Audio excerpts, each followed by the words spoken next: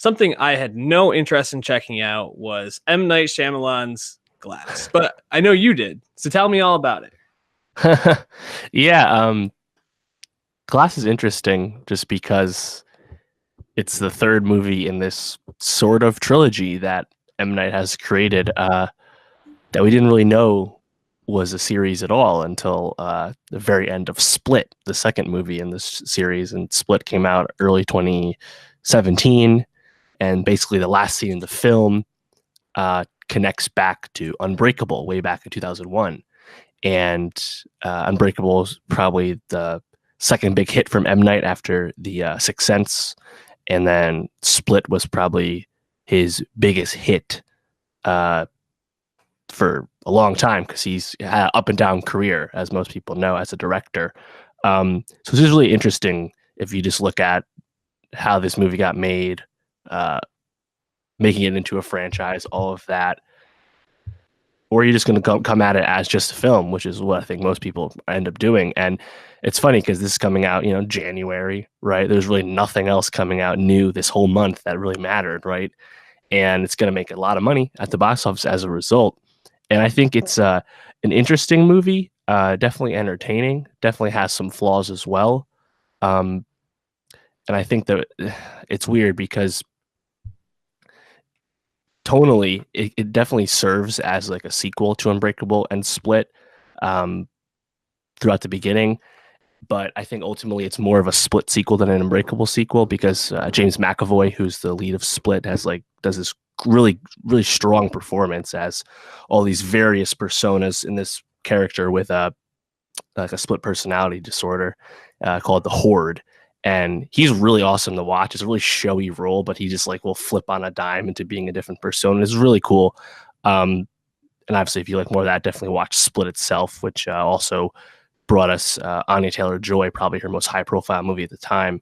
But Glass really serves more as a Split sequel than anything else.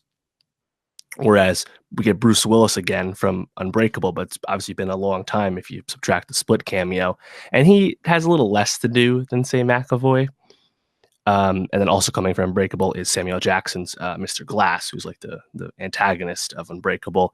And they make an interesting choice where Glass does not speak for like the first half of Glass, the film, because he's like in a wheelchair and he's like all like doped up on drugs. It's an interesting choice just because Glass went on lots of monologues on Unbreakable, and of course Samuel Jackson is a good performer, a good talker, right? So it was an interesting choice. But ultimately, I thought the tension was pretty strong up to that point, but I think some people are saying, and I would have to agree, that it ends in kind of an underwhelming fashion in terms of just like the showdown per se.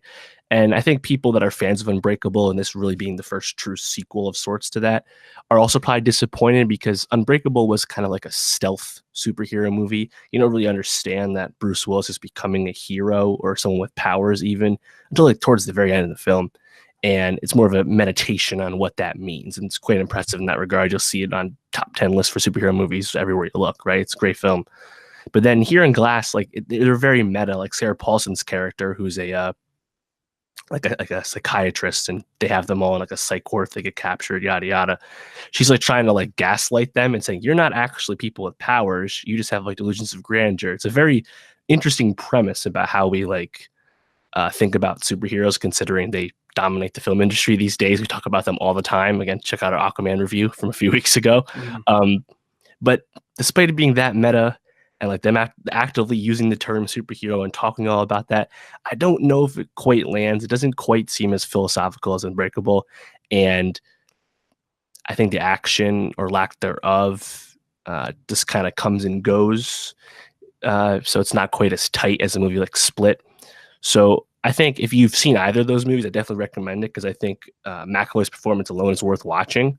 It's just really fun. But ultimately it has some flaws. But the more I think about the movie, I just kind of think about like what it was trying to say, or maybe what it could have said instead. So it's an interesting film. And again, for a January movie, I think I definitely got a lot out of it because I don't expect much from this month, right?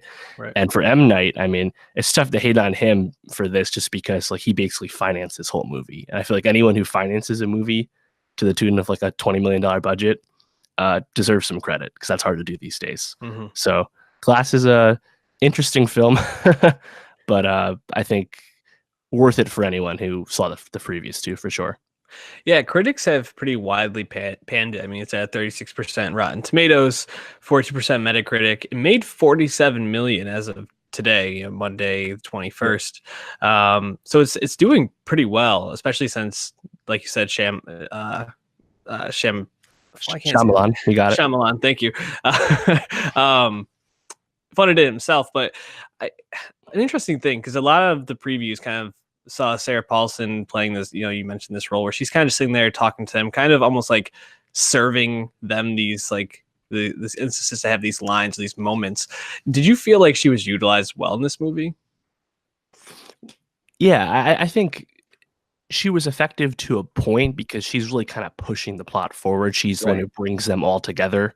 Uh, but then by the end, there's this big reveal and spoilers for the movie, but you find out that Sarah Paulson isn't really this well-intentioned person in the medical field per se.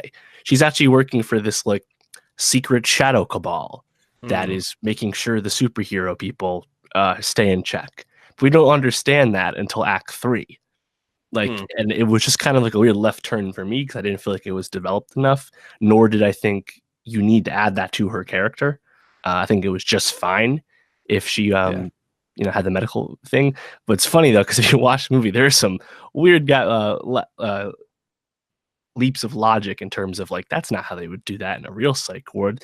And Hmm. it makes sense because she's not actually trying to do anything like legit. So Right. uh, I think There's she that. was fine. It's a nice look for her in terms of movies. She had more to do in this than Ocean's 8.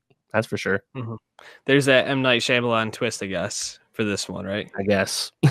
Um, yeah. Where are you at? Just, I mean, I know you're giving him credit for funding it. Where are you at on him just as a director in general at this point? Yeah, he's very up and down. Yeah, inconsistent. After Earth, The Last Airbender, bad, bad, Mhm. bad. Sixth Sense, really good. Signs, pretty good. Unbreakable, awesome. Split, really good. And that movie only cost $9 million. Like that was a huge financial success for him. Then this, I think it's solid. It's okay. You know, I don't think it's Mhm. trash. I feel like it's getting maybe like a stronger negative reaction based off all the reviews. I think the reviewers are being fair, but I think most people are seeing it like it's got like a B cinema score. That's disappointing polling for sure. But most people are just like just kind of disappointed or maybe a little confused that that's where the movie went. So yeah, Mhm. him as a director, he really kind of exists outside of the studio system. So it's quite the interesting career. I know he's kind of partnered with Blumhouse these past few movies, but yeah, I like I said, at the end of the day, I give him credit just for continuing to make what he wants to make, despite having some issues getting funding. But yeah, he's up and down at the end of the day. So it Mhm. is what it is.